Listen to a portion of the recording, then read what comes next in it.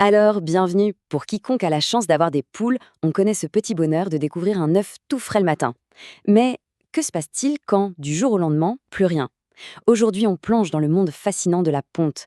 C'est tout un univers avec ses rythmes, ses codes, et on va tenter de percer ensemble quelques-uns de ces mystères. Voilà la question que tout le monde se pose un jour ou l'autre. Le pondoir reste désespérément vide, l'inquiétude commence à monter, mais que se passe-t-il vraiment? C'est le point de départ de notre petite enquête. Avant de s'inquiéter, la première chose à faire, c'est de comprendre comment ça marche en temps normal. La ponte, c'est avant tout une question de rythme, d'horloge biologique. C'est la base de tout. Alors, allons-y. Voici le chiffre magique. Pour fabriquer un œuf, une poule ne met pas exactement 24 heures, mais plutôt entre 24 et 26 heures. Et ce petit décalage, ce n'est pas un détail, ça change absolument tout, vous allez voir. En fait, c'est assez simple. Si une poule pond, disons, à 8 heures du matin aujourd'hui, demain, elle pondra un peu plus tard. Et le surlendemain, encore un peu plus tard. Fatalement, va arriver un jour où l'heure de la ponte serait trop tard dans l'après-midi. Et là, que fait-elle? Eh bien, elle saute un jour, tout simplement, pour redémarrer un nouveau cycle le lendemain matin. Donc, en règle générale, une poule en pleine forme, une poule heureuse, elle va pondre le matin. C'est vraiment sa plage horaire de travail. C'est un excellent signe que tout va pour le mieux dans le poulailler. Mais une poule ne fait pas que pondre, elle nous parle.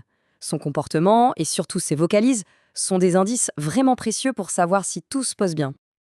Ah, ça c'est une situation déroutante. On entend ce fameux caquettement triomphant, le chant de l'œuf. On se dit super. Et puis non, le nid est vide. Ce n'est pas un caprice, c'est un signal d'alerte qu'il faut absolument prendre au sérieux. Ce chant sans œufs, c'est une véritable alarme. Est-ce qu'un prédateur a fait une incursion? Est-ce que le poulailler est infesté de parasites comme les peaux rouges? Est-ce que la poule est juste stressée parce qu'elle manque d'espace? Ou, bien plus grave, est-ce un problème de santé comme une ponte interne? D'un coup, ça nous force à devenir de vrais détectives. Mais attention, une pause n'est pas forcément un mauvais signe. Il faut savoir que, par exemple, après avoir couvé ses œufs, une poule a besoin d'une pause de 2 à 4 semaines pour se remettre. Et puis, bien sûr, il y a l'âge qui joue. Oui, c'est un fait. Après l'âge de 3 ans, la production d'une poule diminue naturellement. On estime cette baisse à environ 20% par an. Elle ne s'arrête pas complètement, mais son rythme ralentit.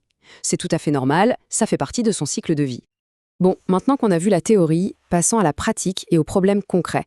Des œufs pondus n'importe où, des œufs trop petits, chaque anomalie a son explication et heureusement, souvent sa solution. Ah, le grand classique. On installe un magnifique pondoir tout propre, tout douillet, et madame décide de pondre partout, sauf là. Heureusement, il y a une petite astuce, presque psychologique, qui marche très bien. L'idée, c'est de jouer avec son instinct de groupe. Une poule est un animal social.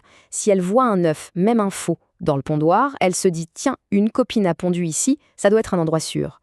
C'est tout bête, mais c'est redoutablement efficace. Un autre indice super important sur la santé de la poule, c'est la taille de ses œufs.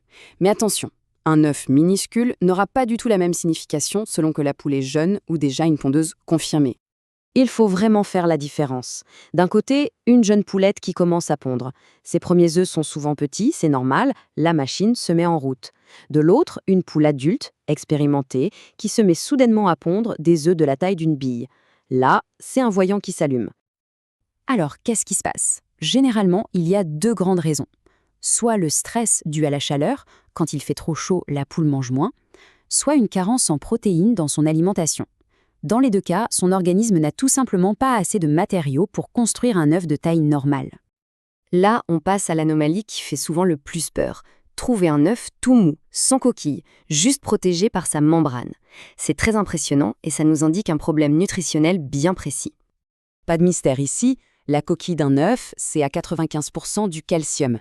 Si la poule n'en a pas assez dans son alimentation, elle ne peut tout simplement pas en fabriquer. La solution est directe et efficace. Il faut lui fournir une source de calcium, comme des coquilles d'huîtres broyées, qu'elle pourra picorer selon ses besoins. Pour finir, sortons un peu du pondoir, parce qu'une poule pondeuse en bonne santé, c'est bien plus qu'une simple productrice d'œufs. Elle peut devenir une alliée incroyable pour le jardin. On appelle ça le concept de la poule tondeuse. L'idée est géniale. En la laissant se promener dans le jardin, non seulement on la rend plus heureuse, mais en plus on bénéficie de ses talents cachés de jardinière. C'est un vrai cercle vertueux. En grattant la terre, elle se régale de larves et d'insectes. Elle aère le sol, elle se déstresse, et tout ce bien-être, on le retrouve où? Directement dans ses œufs. Ils sont de bien meilleure qualité, et des études montrent qu'ils sont plus riches en bons nutriments, comme les fameux oméga 3. Ça change complètement la perspective, non? La poule n'est plus une simple machine à pondre, mais une partenaire de l'écosystème du jardin. Alors, la question se pose. Et si le meilleur allié pour le jardin était déjà là, tranquillement en train de picorer dans le poulailler?